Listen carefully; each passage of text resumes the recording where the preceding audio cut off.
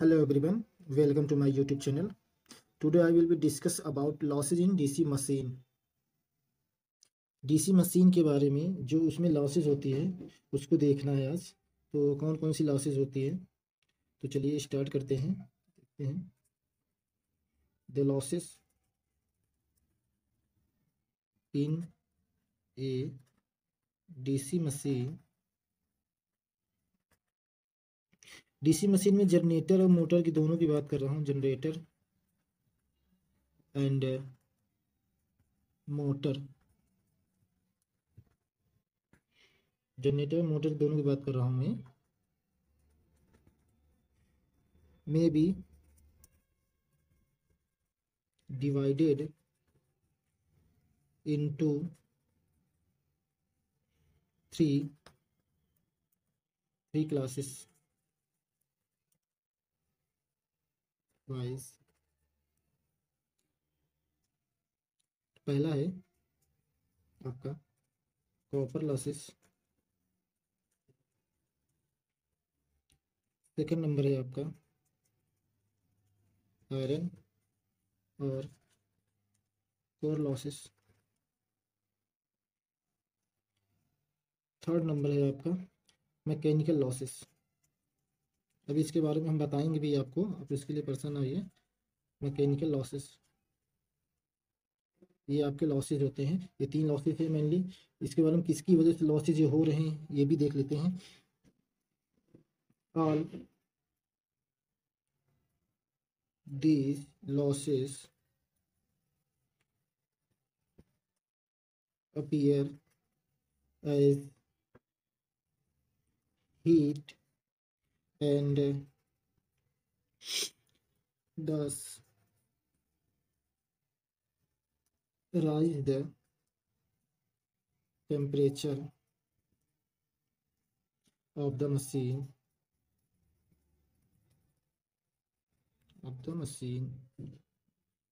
they also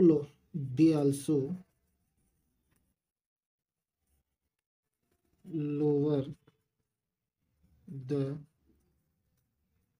efficiency of the machine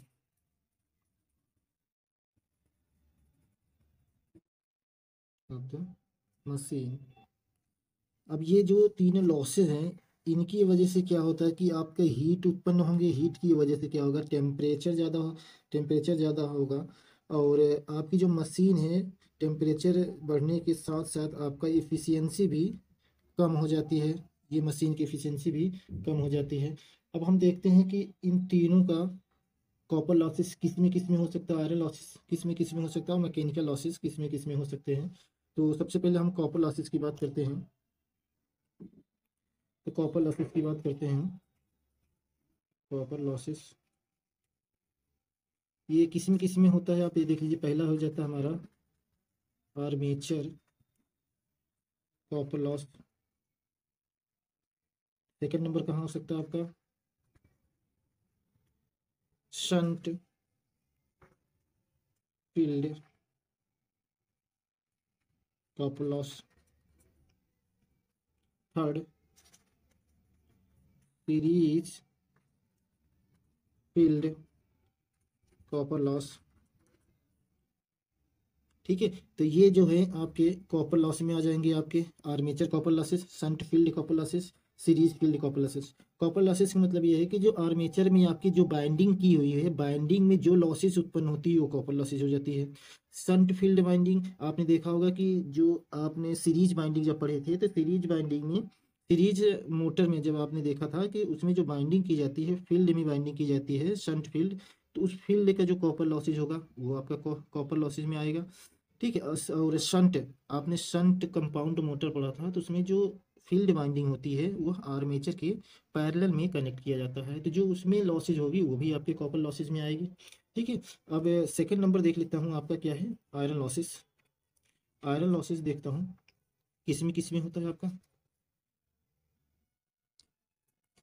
पहला है आपका पीडी करंट लॉसेस, इसको भंवर धारा भी कहते हैं, भंवर धारा लॉसेस। और सेकंड आपका हो जाएगा हिस्टेरिसिस लॉसेस। हिस्टेरेसिस लॉसेस, ये लॉसेस दोनों किस में आ जाएंगे, ये आयरन लॉसेस में आ जाएंगे। ठीक है, अब मैकेनिकल लॉसेस की बात करते हैं। थर्ड नंबर है आपका मैकेनिकल लॉसेस।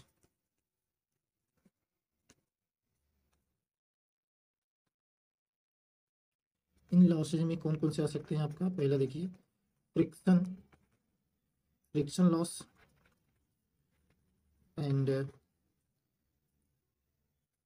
विंडेज लॉस, ये दोनों लॉसेज आपके मैकेनिकल लॉसेज में आते हैं आपके। अब स्टार्टिंग से कॉपर के लॉसेज को फिर से देखते हैं, इसके फॉर्मूले क्या होते हैं, किस में लॉसेज होते हैं। तो पहला फिर से कॉपर लॉसेज को देखते हैं। कॉपर लॉसेज बराबर आप उसमें क्या लिख सकते हैं, these losses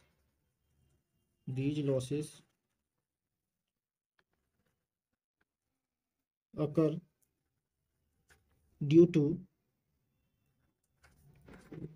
current in the various winding of the machine। ठीक है, तो पहला आपका क्या था, armature copper losses, armature copper losses. तो इसका फॉर्मूला क्या हो जाता है अभी, आई ए स्क्वायर आर ए। अब देखिए आर ए क्या है, आर्मेचर रेजिस्टेंस है, और आई ए क्या है, आर्मेचर करंट है। तो आपको पता है लॉसेज बराबर क्या होता है, आई स्क्वायर आर होता है। तो जो आपके आर्मेचर में करंट फ्लो हो रहा है उसका स्क्वायर है, जो आर्मेचर के रेजिस्टेंस है उसका इनटू कर दिया जाता है। तो ये आपका क्या हो जाता है, आर्मेचर कॉपर लॉसेज हो जाता है। ठीक है, तो इसमें थोड़ा सा एक पॉइंट ध्यान देने वाली बात है, हम यहाँ लिख दे रहे हैं कि जो आपका ब्रश लॉसेज होता है कम्यूटेटर का, तो वो भी आपका इसी में इंक्लूड हो जाते हैं। यहाँ पे इंक्लूड कर दिया मैं, there is also brush contact loss due to brush contact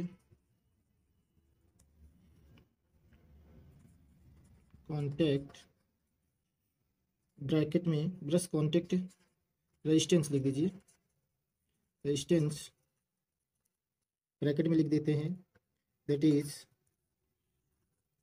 resistance between the surface of brush and surface of commutator। This losses is generally include in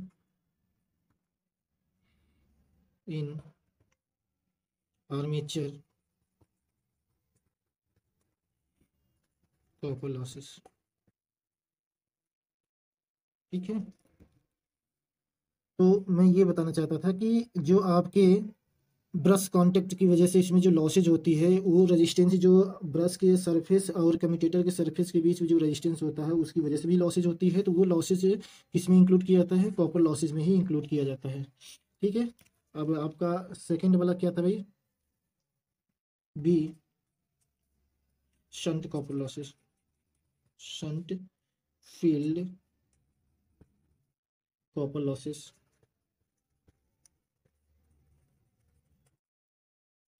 इसका फॉर्मूला क्या हो जाता है, I S H square R S H. अब आपने देखा था कि जो शंट कंपाउंड मोटर हमने बनाया था, तो शंट कंपाउंड मोटर में आपका जो शंट रेजिस्टेंस होगा आर एस एच, और शंट में जो करंट फ्लो रहेगी आई एस एच का स्क्वायर को मल्टीप्लाई कर देंगे तो आपके क्या आ जाएगा, शंट फील्ड कॉपर लॉसेज आ जाएगा। ठीक है, अब थर्ड वाला क्या था आपका,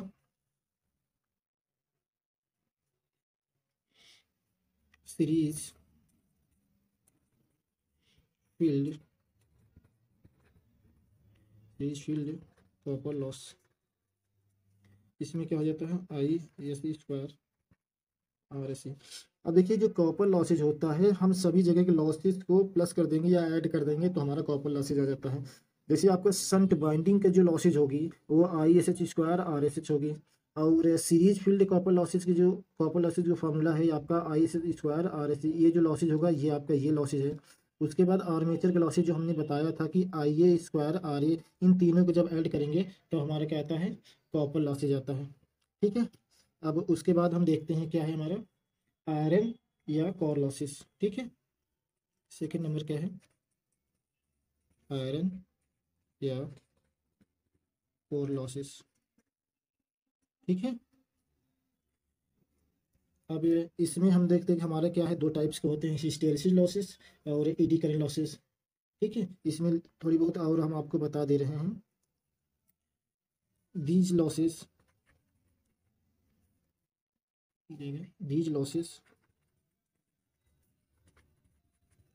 occur in the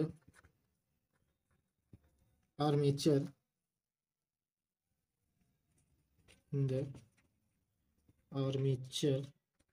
of the DC machine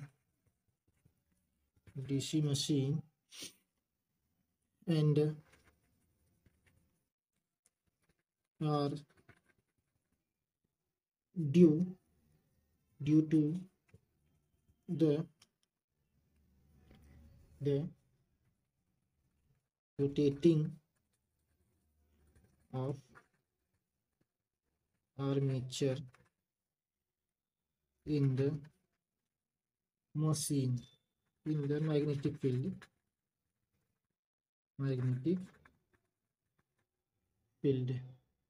of the poles। ठीक है, तो मैं ये बताना चाहता था कि ये जो लॉसेज है आपका आयरन या कोर लॉसेज, ये है आपके आर्मेचर डीसी मशीन के आर्मेचर में जो लॉसेज होती है उसी को कहते हैं आयरन एंड कोर लॉसेज होते हैं। और ये जब आर्मेचर आप मैग्नेटिक फील्ड में जब ये रोटेट करती है तो उसकी वजह से जो लॉसेज उत्पन्न होती है आपके हमने बताया था एडी करंट लॉसेज और हिस्टेरेसिस लॉसेज। तो पहला वाला देखते हैं हम लोग क्या है हमारा एडी करंट लॉसेज। ठीक है, तो पहला आपका है ईडी करंट लॉस। ठीक है, तो देखिए ईडी करंट लॉसेस क्या होता है कि जब आपके आर्मेचर रोटेट करते हैं मैग्नेटिक फील्ड में तो उसमें क्या होता है कि उसके जो सर्कुलेट होते हैं, जो करंट सर्कुलेट होते हैं जिसकी वजह से ये आर्मेचर लॉसेज होती है। जो ईडी करंट जो होते हैं वो पूरे आर्मेचर में क्या होते हैं सर्कुलेट करते हैं, जिसकी वजह से इसमें पावर लॉसेज होती है। तो उसी को क्या बोलते हैं हम लोग ईडी करंट लॉसेज कहते हैं। तो इसमें लिख दे रहा हूं मैं, when armature rotates in the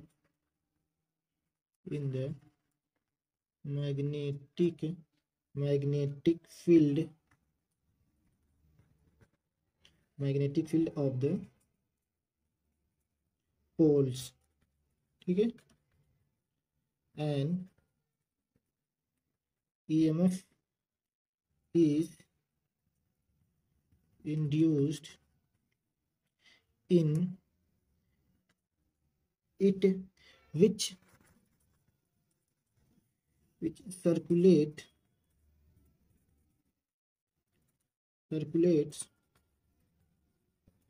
ED currents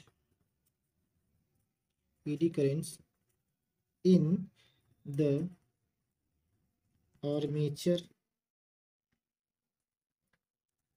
armature core। The power losses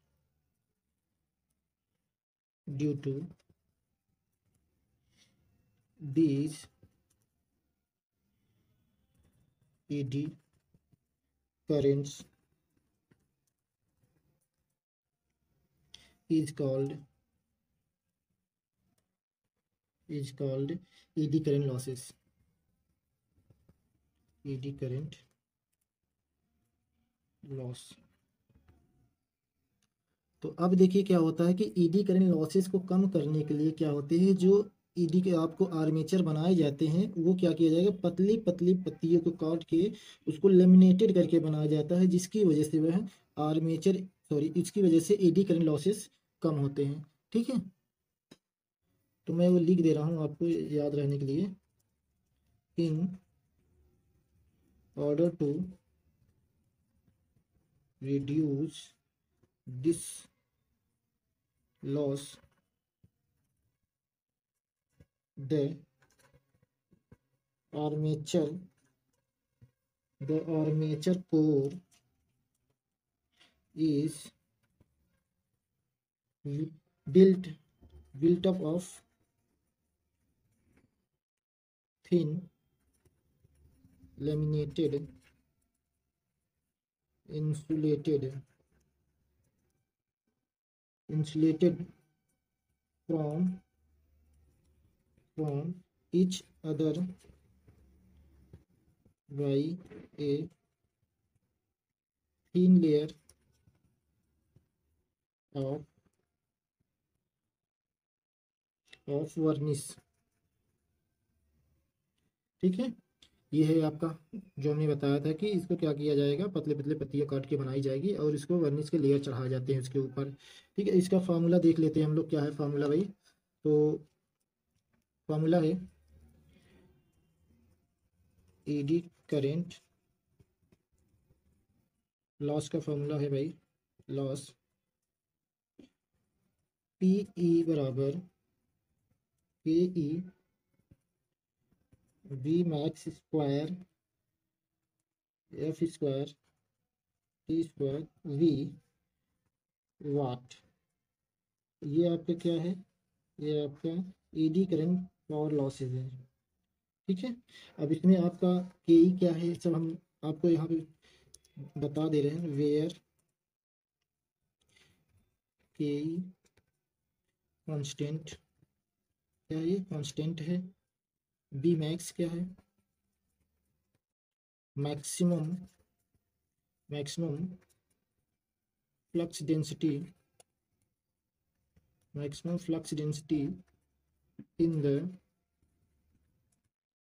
core. Unit क्या होगी, वेबर प्रति मीटर स्क्वायर। ठीक है, वेबर प्रति मीटर स्क्वायर। और एफ क्या है आपका, फ्रीक्वेंसी ऑफ मैग्नेटिक रिवर्सल। इसके यूनिट केस में हम लिखेंगे हर्ट्ज में। टी क्या है आपका, टी लिख देता हूँ, थिकनेस ऑफ लेमिनेशन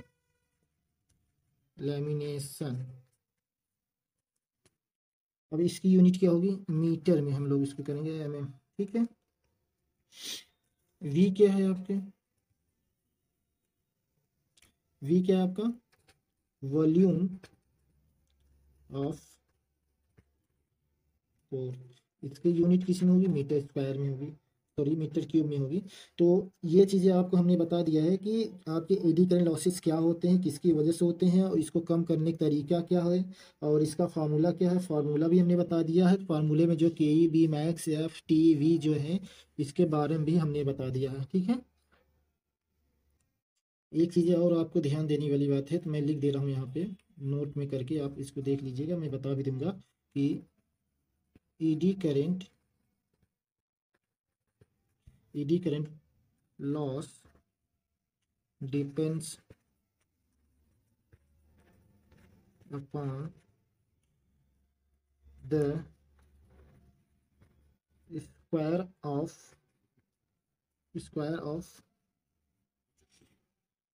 लेमिनेशन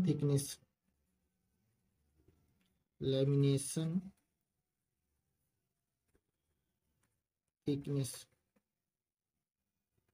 ठीक है, तो ईडी करंट लॉसेस किस पे डिपेंड करता है आपका, आप जो स्क्वायर ऑफ लेमिनेशन थिकनेस, जो इसकी मोटाई होगी, इसको स्क्वायर पे डिपेंड करती है। ठीक, ये चीज़ भी आप ध्यान रखिएगा। और जितना हो सके उसकी साइज जो है स्मॉल रखिएगा।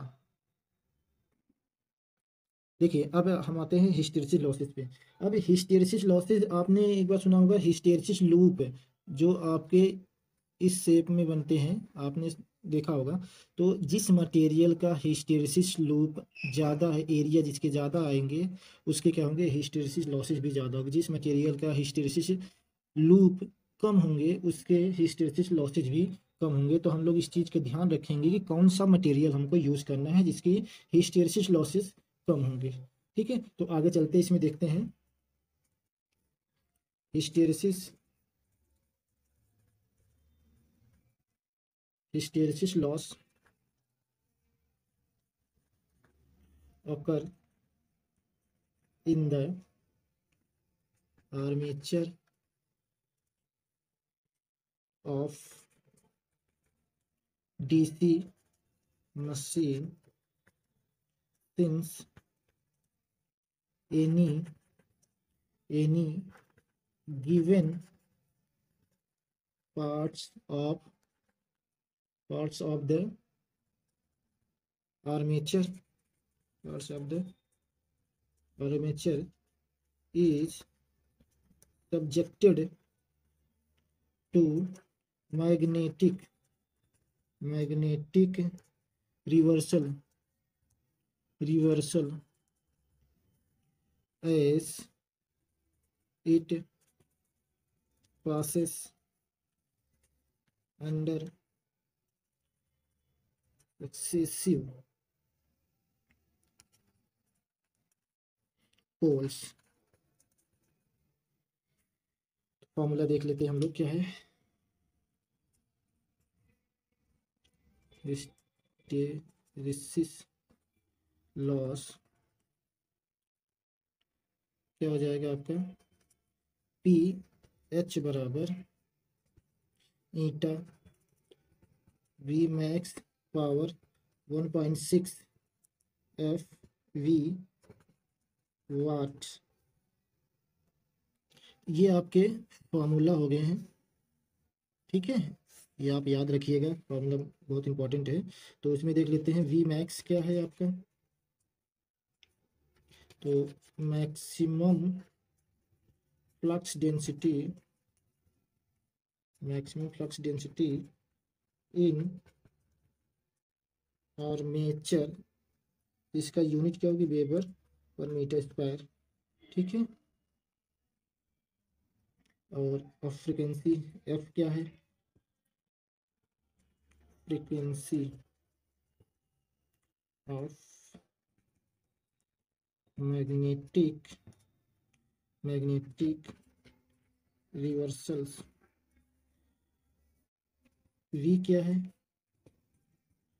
वॉल्यूम ऑफ आर्मेचर, यूनिट क्या होगी, मीटर स्क्वायर। इसकी क्या होगी, हर्ट्ज।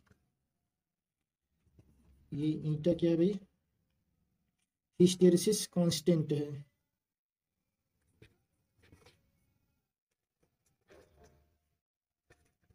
हिस्टैरिसीस कोफिशिएंट है,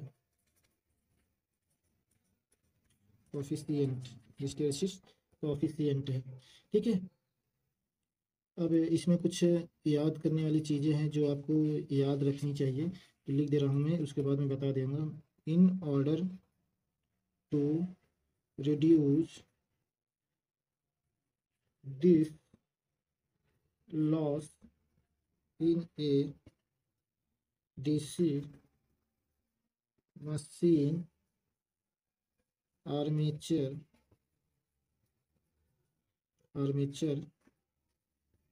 core is made of such materials, ठीक है, which have a low value of hysteresis hysteresis coefficient,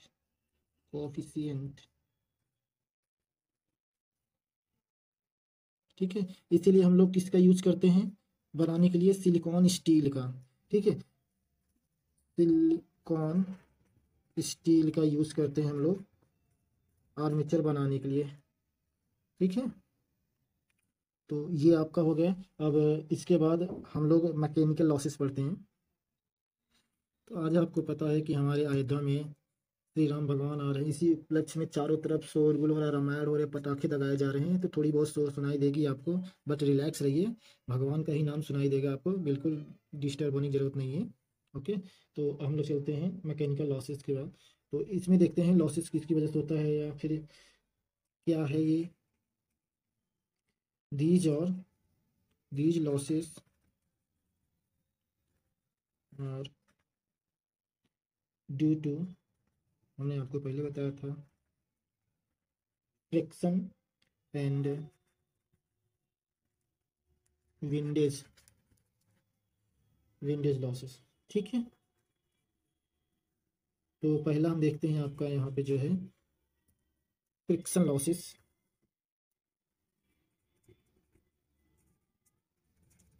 friction loss, अब फ्रिक्शन लॉस आपका जो है किसकी वजह से होता है ये में देख लेते हैं हम लोग। तो friction loss bearing friction and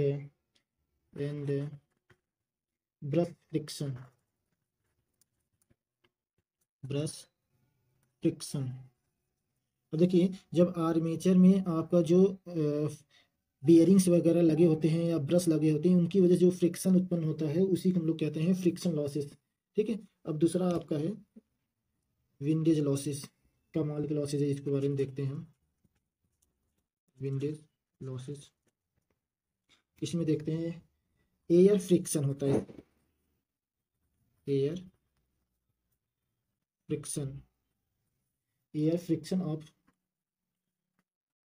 rotating armature, ठीक है। अब जो आर्मेचर की जो रोटेट करते हैं उसमें जो एयर फ्रिक्शन उत्पन्न होते हैं उसे हम कहते हैं विंडेज लॉसेस, ठीक है। अब इसमें कुछ चीज़ें आपको याद रखनी है, वो मैं लिख दे रहा हूँ यहाँ पे, चलिए। these losses depends upon the speed of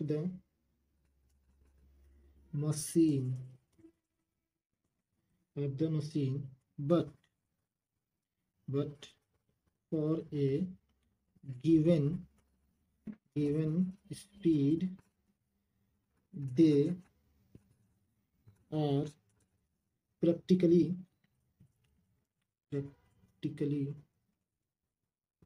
constant।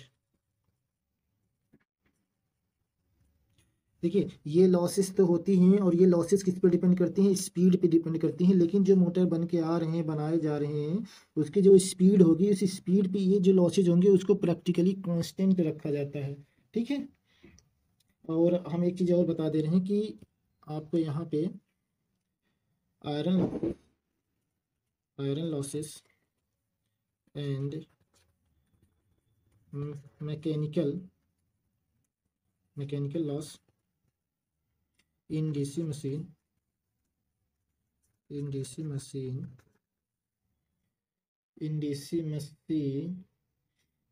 together